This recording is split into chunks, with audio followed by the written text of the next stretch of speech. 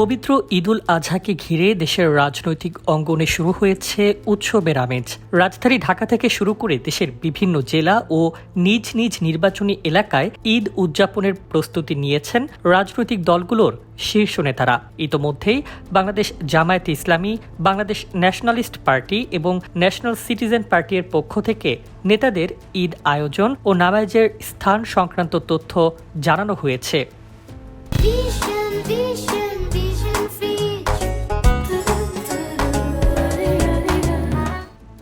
জামায়াতে ইসলামীর আমির শফিকুর রহমান দেশবাসীকে ঈদের শুভেচ্ছা জানিয়ে শান্তি, সম্প্রীতি ও ত্যাগের বার্তা দিয়েছেন। দলটির নায়েবে আমির এটিএম আজহারুল ইসলাম, অধ্যাপক মুজিবুর রহমান ও ডাক্তার সৈয়দ আবদুল্লাহ মোহাম্মদ তাহের ঢাকায় ঈদ উদযাপন করবেন। অন্যদিকে মাওলানা শামসুল ইসলাম চট্টগ্রামের সাতকানিয়ায় নিজ গ্রামে ঈদের নামাজ আদায় করবেন।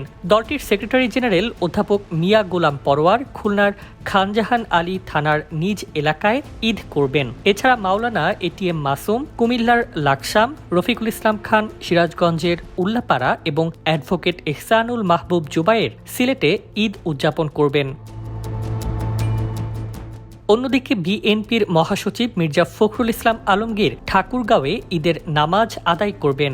ডক্টর খন্দকার মোশাররফ হোসেন, নজরুল ইসলাম খান, সেলিমা রহমান ও ডাক্তার AZM জাহিদ হোসেন ঢাকায় ঈদ উদযাপন করবেন। আমির খসরু মাহমুদ চৌধুরী চট্টগ্রামে, ইকবাল হাসান মাহমুদ টুকু সিরাজগঞ্জে এবং রুহুল কবির রিজভী রাজধানীর ধানমন্ডিতে ঈদের জামায়াতে অংশ নেবেন। বিএনপির পক্ষ থেকে জানানো হয়েছে, ঈদের নামাজ শেষে শহীদ রাষ্ট্রপতি জিয়াউর রহমান এবং সাবেক প্রধানমন্ত্রী খালেদা জিয়া এর সমাধিতে শ্রদ্ধা নিবেদন ও দোয়া অনুষ্ঠিত হবে।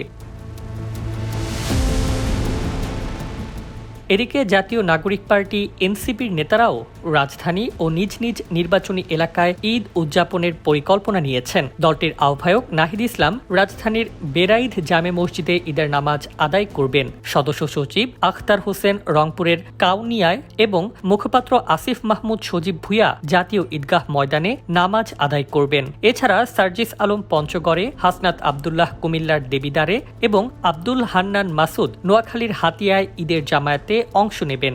রাজনৈতিক নেতাদের এমন নিজ নিজ এলাকায় ঈদ উদযাপনকে তৃণমূলের সঙ্গে সম্পৃক্ততা বাড়ানোর কৌশল হিসেবেও দেখছেন বিশ্লেষকরা। News desk, 21 television.